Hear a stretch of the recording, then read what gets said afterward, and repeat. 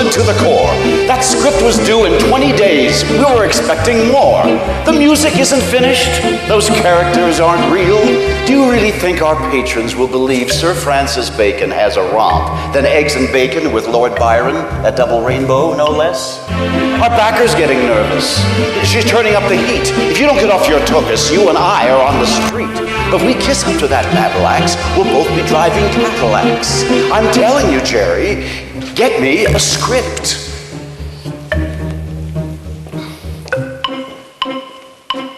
Chill out, Biff. You'll get your script. Great musical numbers, gripping drama, and just the right amount of skin. You can do it. You're working with Jerry Larkins here, Biff, the guy who brought you the hit musical Hillary. Don't Cry for Me, Arkansas. Don't Cry for Me, Arkansas. It was on the top of the charts. Top of the charts. When was the last time you saw a show tune do that? Yes. Memorable. Every line memorable and very profitable, too. It's just that... What? Well, this particular piece is working slower than I expected. Maybe I need to go someplace quiet and remote to work, like your bedroom. Like what? Maybe you can't hack it without Clarence.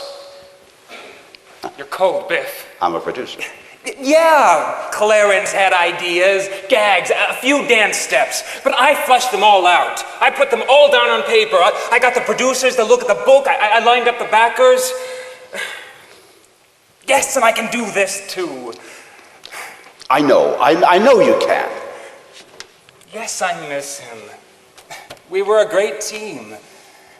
Even at the end, when he was sick, he was sketching wonderful and sexy dance numbers.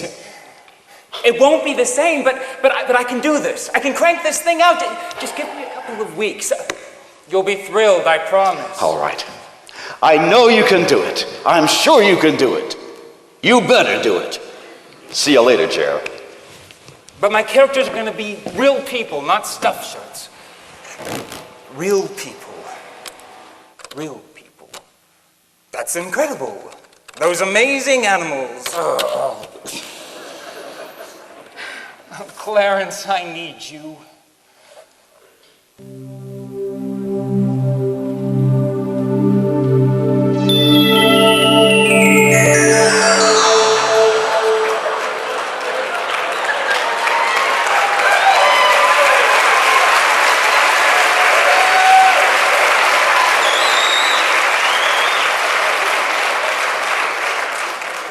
Clarence?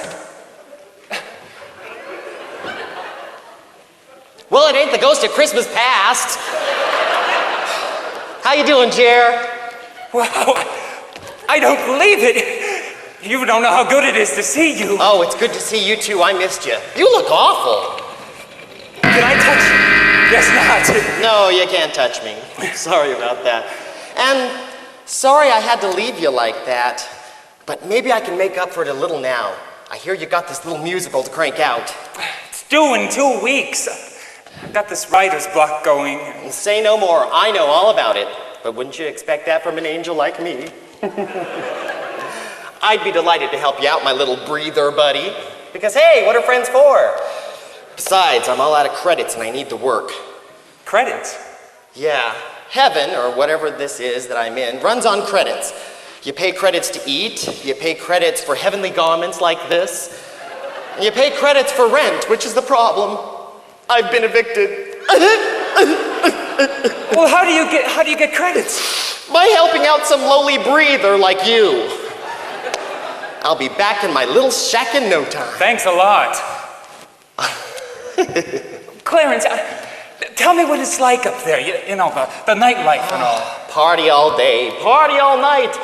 Unfortunately, touching and feeling doesn't work out as well for us up there as it does for you breathers down here, but we get by.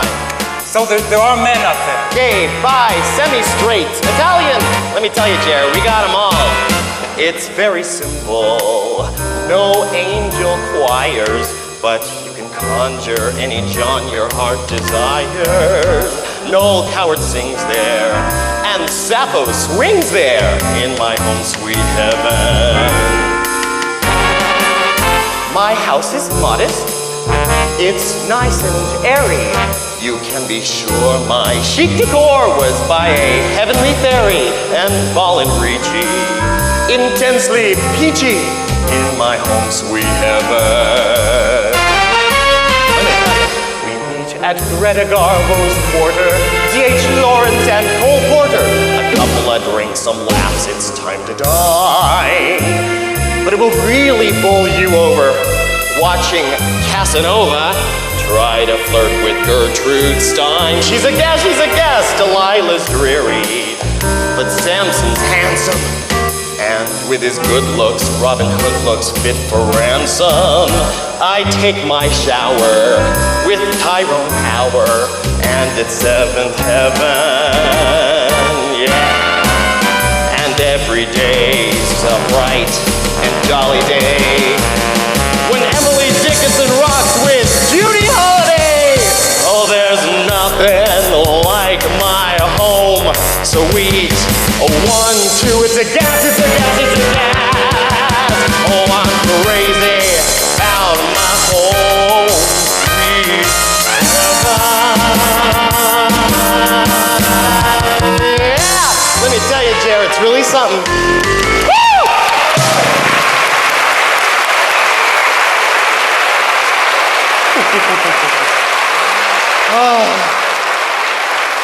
That was wonderful, Clarence. Thank you. Well, Jerry, I need a job, and you need a muse. Oh, right.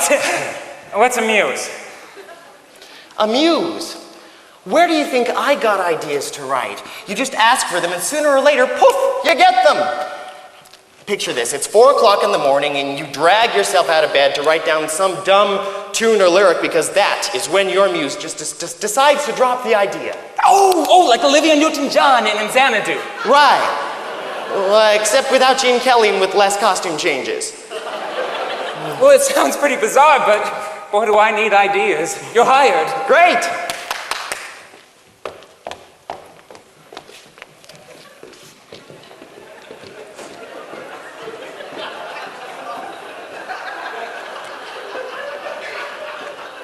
Thank you. Okay, now, here we go. Okay. Okay, now.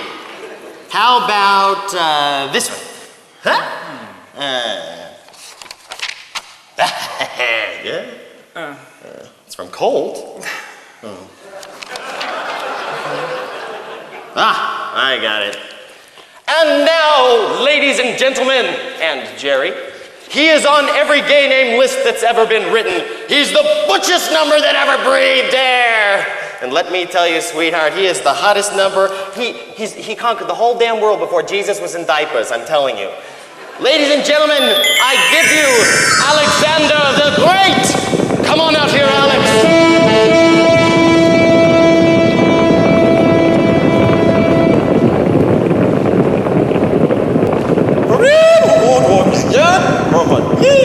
About 20 to 20,000 cycles, Earth frequencies, Alex. Oh, testing, 1. Gotcha. There we are.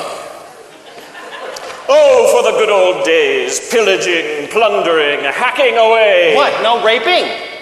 I promised Mother. Oh. But who could ask for more?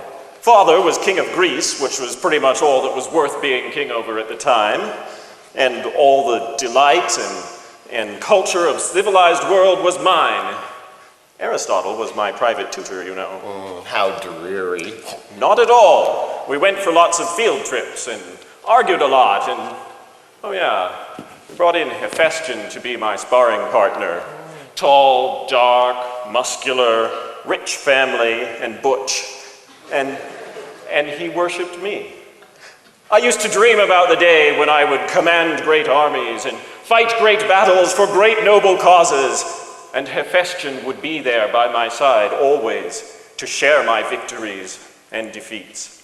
And you know, he was there through it all, my beautiful Hephaestion. There was nothing I wouldn't do for that man. When Hephaestion died, you ordered huge funeral fires lit all over the world. You had the attending physician disassembled Hephaestion meant more to me than life. When he got sick, they told me that he was going to get better, so I went to check on some new territory. Then they told me he was dying. I hurried back, but it was too late. I was absolutely miserable. Within a year, I got sick and died, and I have been with my dear Hephaestion ever since. May I? Of course.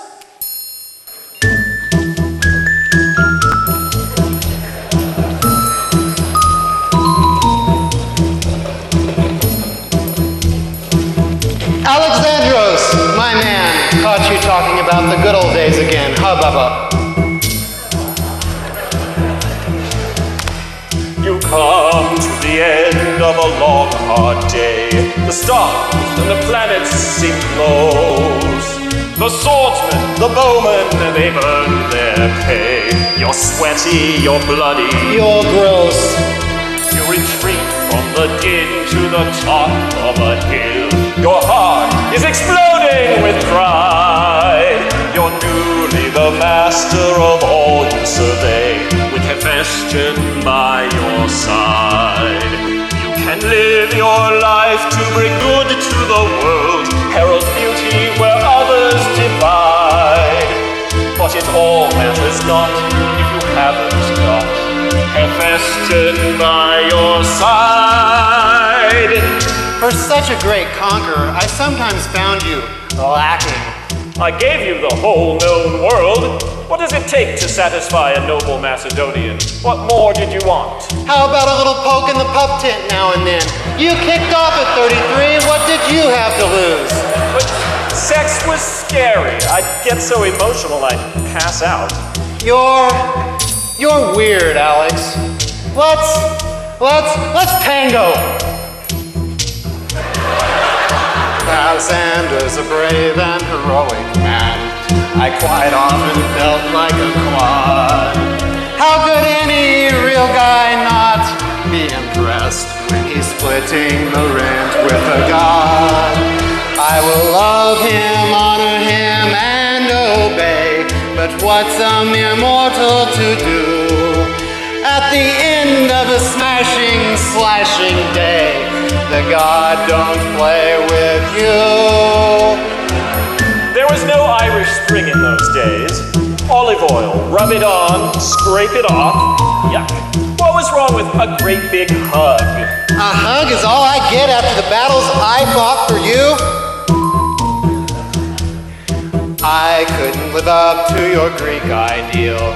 I thought Aristotle a feat. My nose was too long, couldn't run worth a damn, and my pecker not very petite. But I stood by my man through the day and the night. I fought till the blood filled my eyes. That was nothing at all to compare with the fight for Alexander's thighs. Maybe I should loosen up a little. Where did you say that pup tent was? I feel like conquering someone. This is one battle I'm not going to miss.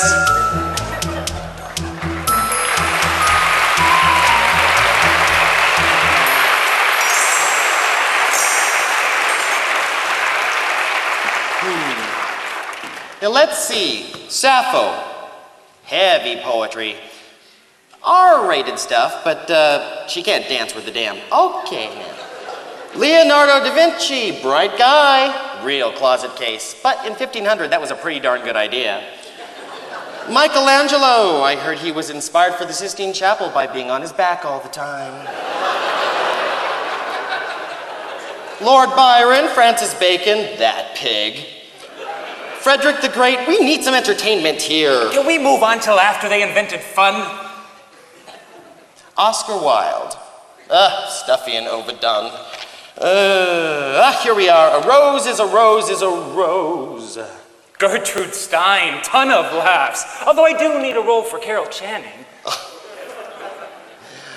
How about Alice B. Toklas?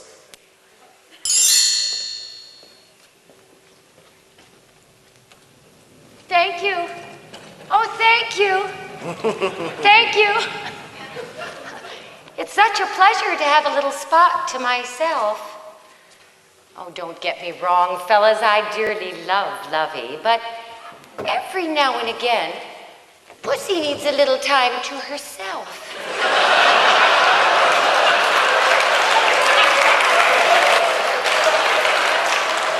Pussy. Lovey. Lovey, Gertrude Stein, 1876 to 1946.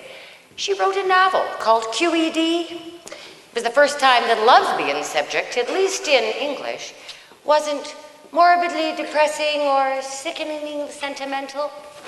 And for 1900, that was really wicked.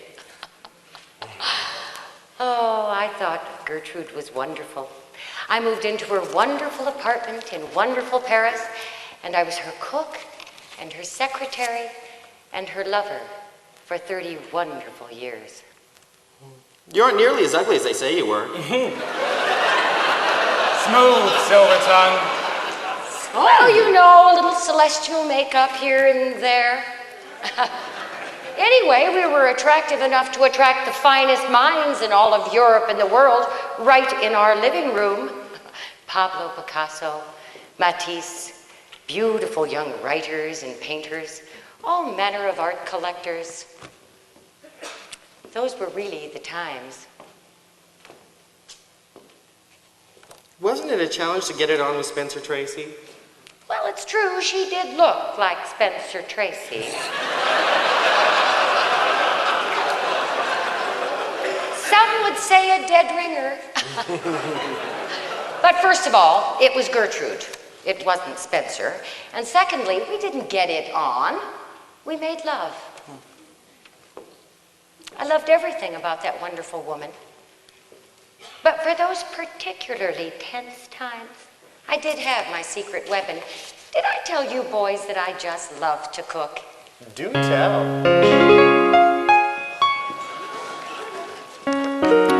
We melt a little chocolate, blend a little flour.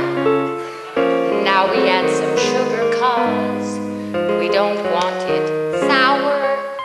To taste, a dash vanilla. Half a cup of nuts chopped. And now my little secret would knock horses on their butts. It will be so heavenly when I take my love to tea, 'cause I'm gonna make some lovely brownies for Lovey. Rush through dinner, bold pate, always a red letter day, the day that I make some lovely brownies for Lovey. You know the critics rage, cops rampage, Nazis smash the door. God love them, oh, we don't care. They can kiss our collective derriere. Whoa! We'll say that we're a feat, but they just can't take the heat. The day that I bake some lovely brownies for Lovey. Presenting in person in her 1935 lecturing tour, none other than Gertrude Stein.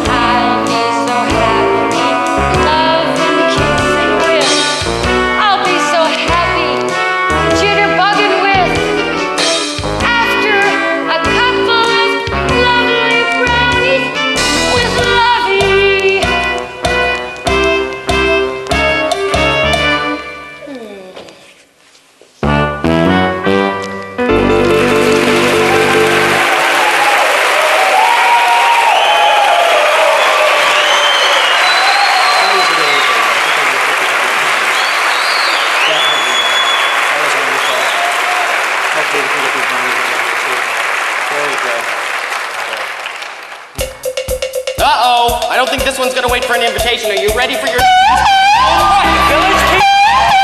No. The village people aren't dead yet. They're just hibernating. I'm so happy to be I'm at here. New York City, Greenwich Village, in 1969, in a great cruise bar for drag queens called the Stone. Hola, chicos. My name is Tammy. What's your name? You never heard of Tammy Novak? Okay, so maybe I change it once in a while. It keeps the customers guessing, you know. Listen to me, chicos. If there was no Tammy Novak, no ja, boom, boom parade for the gay rights. If there was no Tammy, no busybody gay rights groups with those busybody people telling these what to do. If there was no Tammy Novak, you would be sitting at home with the screaming bambinos and big bills from the shrinks.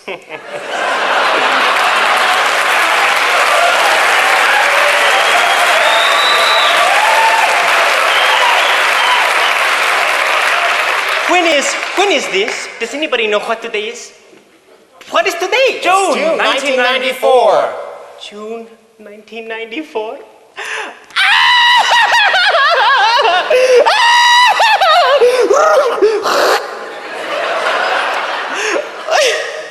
Chicos, it was 25 years ago this month. Ay, Dios, there she was, cold and stiff, like a cement monster movie, right there in Campbell's Funeral Parlor, you know, on Madison Avenue and 81st, you know? Okay. There she was, stiff as a stiff. You know? And of course, some straight creep did her makeup, because she looks like shit.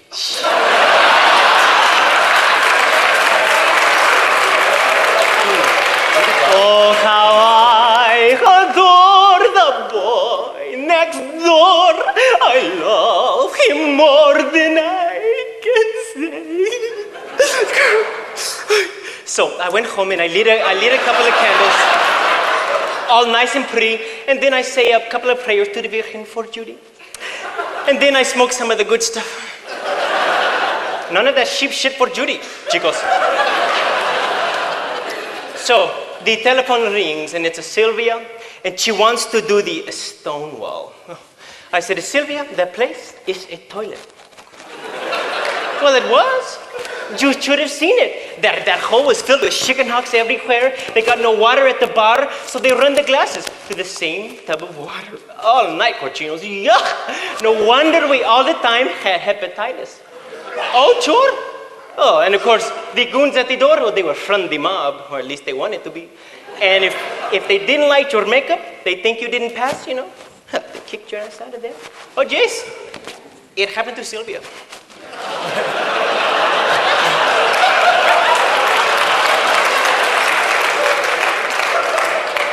But, you know, the drugs were cheap, and the trade was, it was great. So Sylvia says, well, the Washington Square didn't even open till 3 in the morning. And at that time, chicos, well, queers weren't allowed to dance nowhere else in New York except there, okay? So I said, okay, we go. We dance for Judy.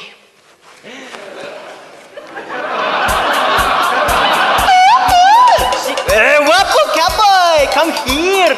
Be my strong macho.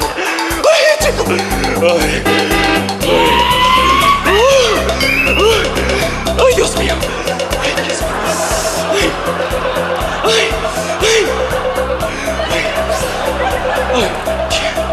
Come back, okay?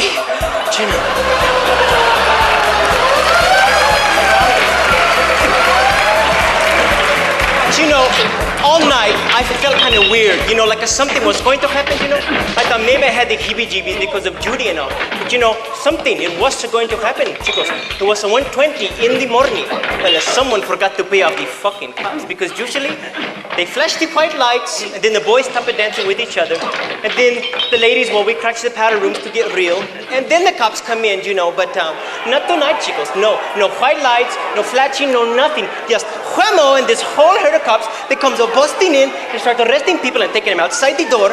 Oh, jeez, even the decent real boys, you know. And so this one cop, he grabbed me.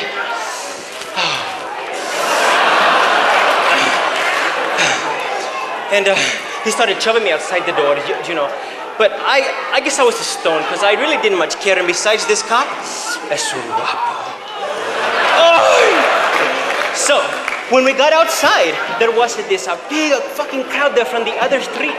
And they were cheering like an applause meter when we came outside. But then the paddy wagon, it got there, you know. And so everybody got real serious. I guess they thought they might go next. So then they started to load people into the paddy wagon. You know, and then the crowd started to boom really, really loud. And there was this guy over there in his dark red t-shirt. And he was screaming, "Nobody's going to mess with me, and I ain't gonna take this shit anymore." Oh, jeez. Well, then they were chanting, "Gay power, gay power." And so this cop, this cop that was shoving me, he got kind of nervous. He started jabbing me with his club. Nobody does that to me. So I turned around.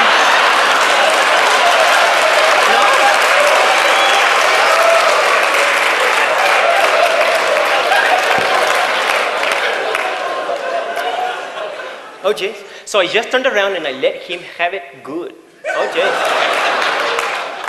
But then he lifted his club high like he was going to hit me really hard. And then just then somebody yells to him, "Hey, you pig! Hey, you faggot cop!" Ay, Dios mío, you should have seen it. It was just like a movie. But it was real, you know. And so he stopped his swing right there. And they just shoved me into the back of the paddy wagon. Listen to me, chicos. When he did that to me, right there, that was the start of this Stonewall riots thing. Oh, jeez. Right there. You don't believe me? Shit. I was there. So I could see from the back of the paddy wagon, you know, and I could see that someone had broke a window in the bar and threw in some lighter fluid and then matches. And people were just shucking glass and coins and just whatever they could get their hands on. And there was this one cop and he got hit right there near his eye. And blood was just spurting out everywhere. And then this other cop, he picked up this fire hose like he was going to spray the crowd really good. And he stood back like this. And when he turned it on, it was a weak trickle. Well, we just laughed at him, oh jeez. So, since there was no one at the door of the paddy wagon, with me and a bunch of the other ladies, we got the hell out of that place. I had to run all the way home to Joe Teach's apartment, on one heel even. Oh jeez.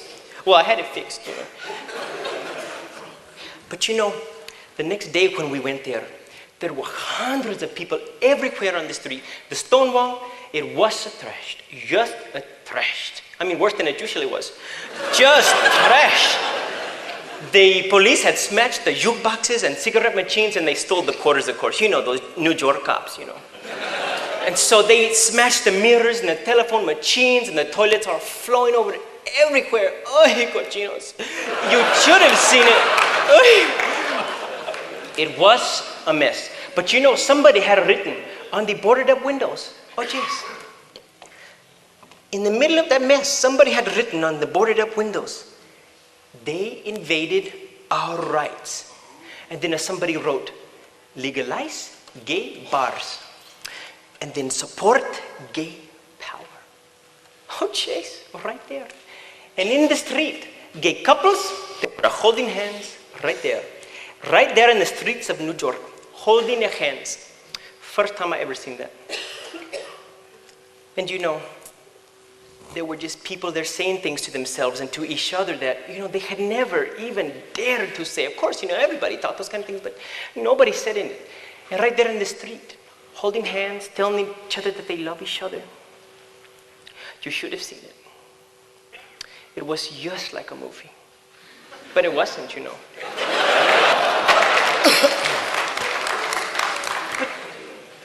But you know, chicos, what I remember most about that time? That I miss Judy so bad, so bad. I'm sorry. She's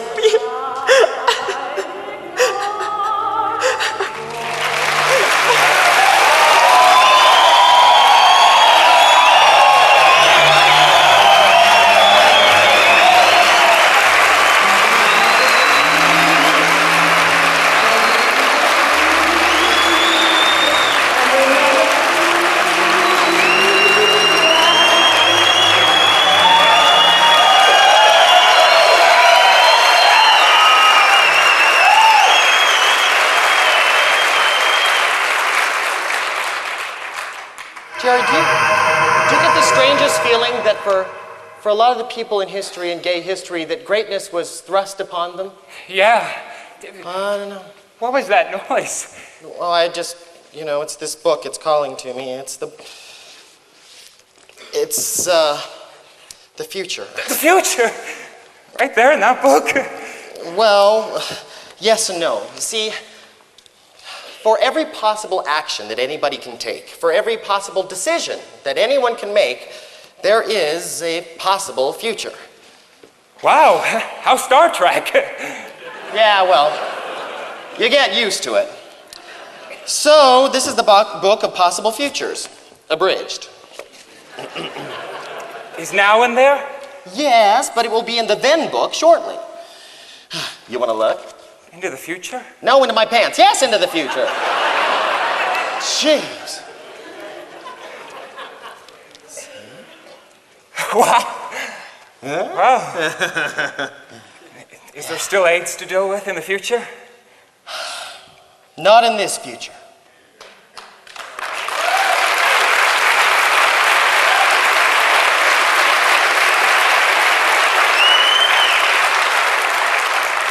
There was such an outpouring of resources and politicking from the gay community in the 1990s that a vaccine was found very shortly.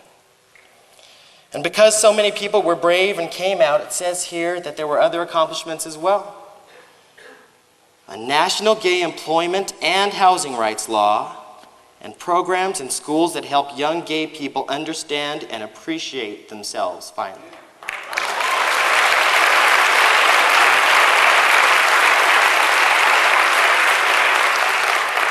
And here's a real big one. They just came out with the rubber that pops right out of the wrapper when you tap this little red dot. No more of that fumbling. Yeah. We've been waiting for that one for years. Yeah.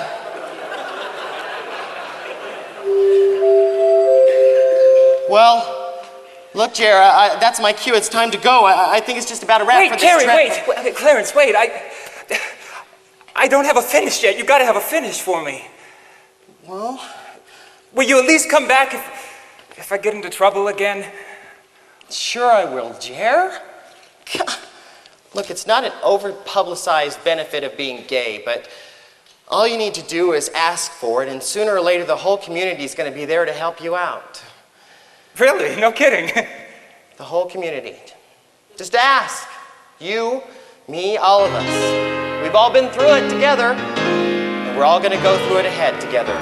Life is a funny thing. Sometimes we laugh and sing. Sometimes we grumble and cuss. Either way, we care. You got us. We have our ups and downs, our chance of smiles and frowns, but through it all we don't fall.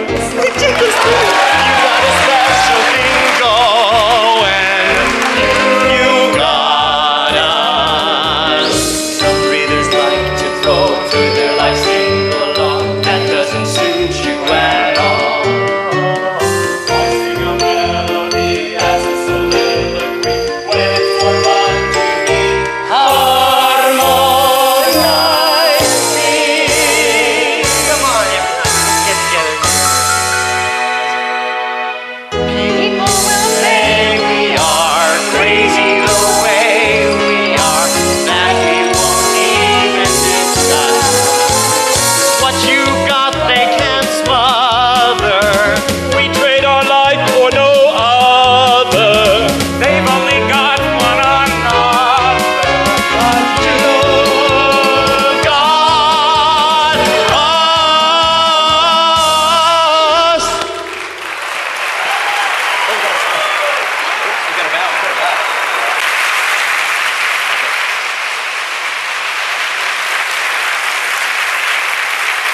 Clarence? Clarence?